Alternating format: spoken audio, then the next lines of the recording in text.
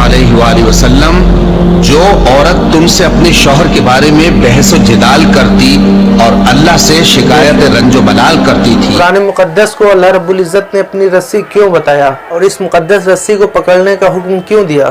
कुरान मुक़द्दस को अल्लाह रब्बुल इज़्ज़त ने सऊदी अरब में नाजिल किया। और एक सवाल ये भी है कि अल्लाह रब्बुल इज़्ज़त ने कुरान पाक को अरबी में क्यों नाजिल किया, ताकि लोग उसे समझें, क्योंकि वहाँ की मातृभाषा है। इसलिए नाज़रीन, कुरान की आयतों का तर्जुमा देखते रहें ताकि आपको समझ में आए अल्लाह रब्बुल इज़्ज़त आपको किन किन चीज़ों से रोक रहा है और किन किन चीज़ों का हुक्म दे रहा है। आज का वीडियो है हमारा कुरान ट्रांसलेशन चैनल से, तो शुरू करते हैं इस वीडियो को। यहीं से इस वीडियो का ओरिजिनल लिंक आपको डिस्क्रिप्शन में मिल जाएगा, तो शुरू करते हैं भाई।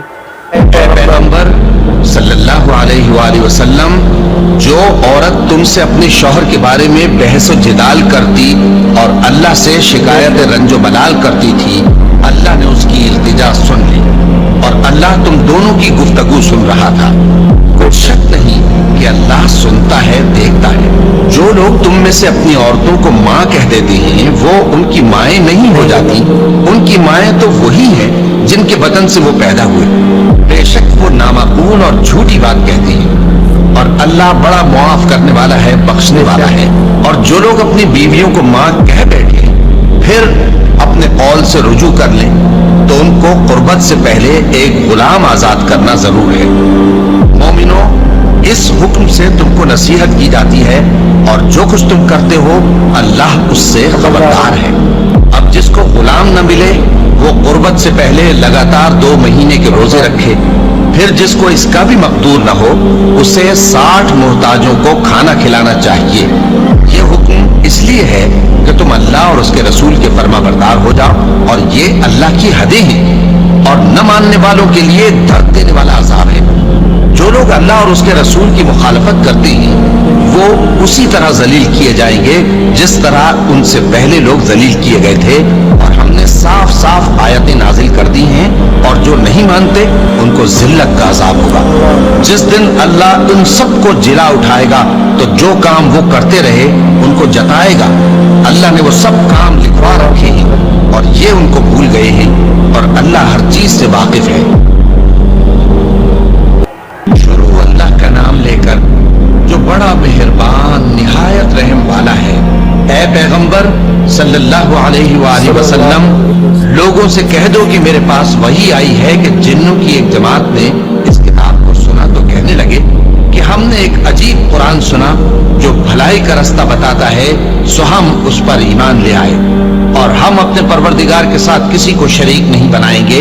और ये कि हमारे परवरदिगार की शान बहुत बुलंद है, वो न बीवी रखता है न औलाद।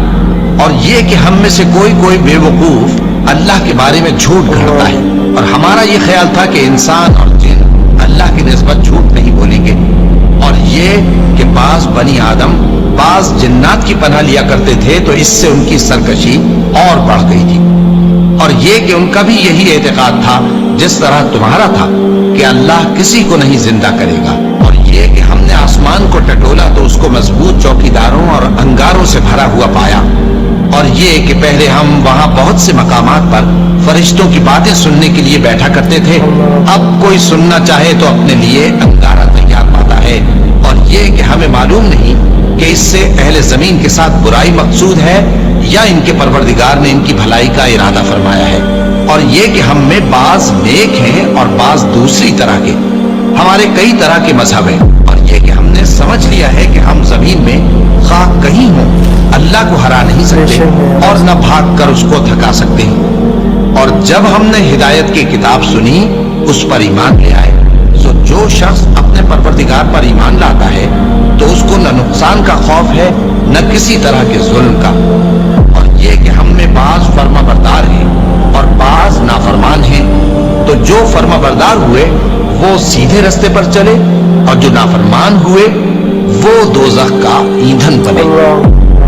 माशाल्लाह, बहुत ही अच्छा बयान हो रहा था कुरान ट्रांसलेशन चैनल से। ये आयत का तर्जुमा बहुत ही पसंद आया होगा। तो अगर अभी तक आपने हमारे चैनल को सब्सक्राइब नहीं किया तो सब्सक्राइब कर लें, वीडियो को लाइक कर दें, हो सके तो आगे शेयर कर दें। तो जब तक के लिए फिर मिलेंगे नेक्स्ट वीडियो में, जब तक के लिए खुदा हाफिज़, अस्सलाम वालेकुम।